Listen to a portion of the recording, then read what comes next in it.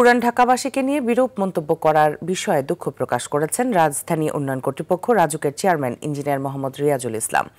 দুপুরে রাজুক ভবনে ঢাকা মহানগরী সমিতির সঙ্গে মতবিনিময় সভায় তিনি দুঃখ প্রকাশ করেন।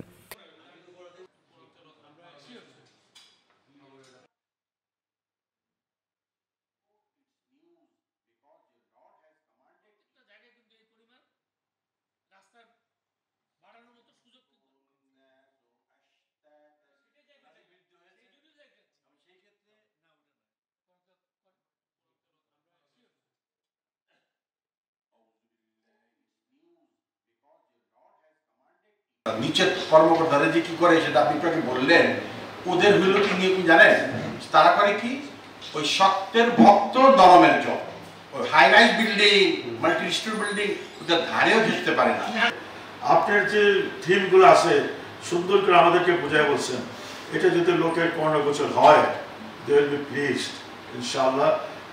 Everybody will be happy after hearing from your mouth. তো এটা আমরা করব। আর এখন যেটা পজিশনটা দাঁড়িয়েছে, আপনি আসার পরে আপনার লোক গেছে, সেখানে লোক যায় বলছে আপনার দলিল পত্র নিয়ে, প্ল্যান প্রোগ্রাম নিয়ে আপনার ডিআইটিতে আসেন। আপনার লোক গেছে যে আপনার নামে ওয়ারেন্ট ইস্যু হচ্ছে, আর এখনো ওয়ারেন্ট ইস্যু হয়ে আছে। আইন তো থাকবেই, আইন ছাড়া তো মানুষ চলতে পারে না। আইন তো মানুষের ভালোর জন্য, আইন শোষণ করার জন্য। আইন যাতে শোষণ, এমন আইনটা হওয়া উচিত যাতে শোষণ না হয়, মানুষের রাষ্ট্র যাতে মানে আবাসনের স্বার্থ রক্ষা ইয়ে হয়। অর্থাৎ আমরা বৈষম্যের শিকার হয়েছে ঢাকায়রা, বৈষম্যের শিকার থেকে আপনাদের সহযোগিতা চাই। সেটা হলো অ্যাকচুয়ালি আমি মানে বক্তব্যের জন্য দুঃখ প্রকাশ করতেছি আপনাদের কাছে। কিছু মনে করবেন না, ভাই হিসাবে তাহলে ক্ষমা শুদ্ধ চোখে দেখবেন, এটাই হলো আপনাদের কাছে আমার মানে শেষ কথাটা আগে বলে রাখলাম, যাতে আপনারা একটু মনে